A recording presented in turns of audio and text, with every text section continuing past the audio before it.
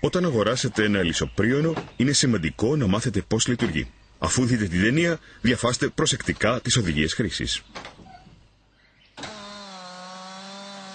Ο μεγαλύτερος κίνδυνος που συνεπάγεται η εργασία με αλυσοπρίωνο είναι η εκτείναξη. Εκτείναξη προκύπτει αν τοποθετήσετε το πριόνι στο λεγόμενο τμήμα κινδύνου εκτείναξης στο πάνω μέρος της αιχμής της λεπίδας.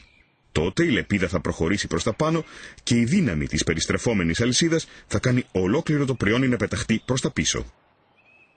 Γι' αυτό το φρένο της αλυσίδας είναι ένας από τους σημαντικότερους μηχανισμούς ασφαλείας του πριονιού. Σε όλα τα πριόνια της Jonsered, το φρένο της αλυσίδας μπορεί να ενεργοποιηθεί με δύο τρόπους. Είτε με τη δύναμη στην κίνηση του πριονιού κατά την εκτείναξη, τη λεγόμενη ενεργοποίηση με αδράνεια, είτε χτυπώντας τον αριστερό καρπό στο προστατευτικό εκτείναξης. Ο καλύτερος τρόπος να προλάβετε βλάβη της αλυσίδας είναι να φροντίζετε πάντα να είναι η αλυσίδα καλά τεντωμένη, καλά λιπασμένη και σε καλή κατάσταση. Αν όμως η αλυσίδα ξεφύγει από τη θέση της ή σπάσει, υπάρχει από κάτω ένα σύστημα αρπαγής της αλυσίδας που την εμποδίζει να αρχίσει να χτυπάει ανεξέλεγκτα προς τα πίσω. Ελέγχετε καθημερινά ότι το σύστημα αρπαγής της αλυσίδας δεν έχει υποστεί ζημιά και αλλάξτε το εάν χρειάζεται. Το σύστημα προφύλαξης δεξιού χεριού στην πίσω χειρολαβή φροντίζει επίσης ώστε να προστατεύονται τα δάχτυλά σας. Για να αποφευχθεί το κατά λάθος πάτημα του γκαζιού, υπάρχει μια ασφάλεια που πρέπει να πιέσετε για να πατήσετε γκάζι. Όταν αφήνετε τον γκάζι και ο κινητήρας περνάει στο ρελαντί, η αλυσίδα σταματάει, καθώς η μετάδοση ισχύως γίνεται διαμέσου ενός φυγοκεντρικού συμπλέκτη. Η αλυσίδα πρέπει να είναι ακινητοποιημένη όταν ο κινητήρας λειτουργεί στο ρελαντί. Αν δεν σταματήσει η αλυσίδα, ο κινητήρας πρέπει να ρυθμιστεί σε χαμηλότερες στροφές λειτουργίας.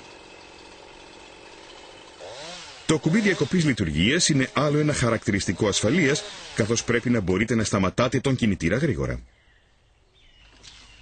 Όταν χρησιμοποιείτε το πριόνι, είναι σημαντικό να είστε σωστά ντυμένοι, ακόμη και αν πρόκειται να κόψετε μόνο λίγα ξύλα σε εξωτερικό χώρο.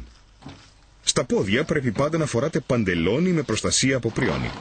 Το παντελόνι με προστασία από πριόνι της Jonsered έχει ενσωματωμένη προστασία από πριόνι με μακριές ίνες που σταματούν την αλυσίδα εάν διαπεράσει το εξωτερικό ύφασμα. Πρέπει επίσης να φοράτε χοντρές μπότες ή μποτάκια με ατσάλινη θωράκιση δακτύλων, ενσωματωμένη προστασία από πριόνι στο άνω μέρος του ποδιού και τρακτερωτή σόλα που προσφέρει γερό πάτημα.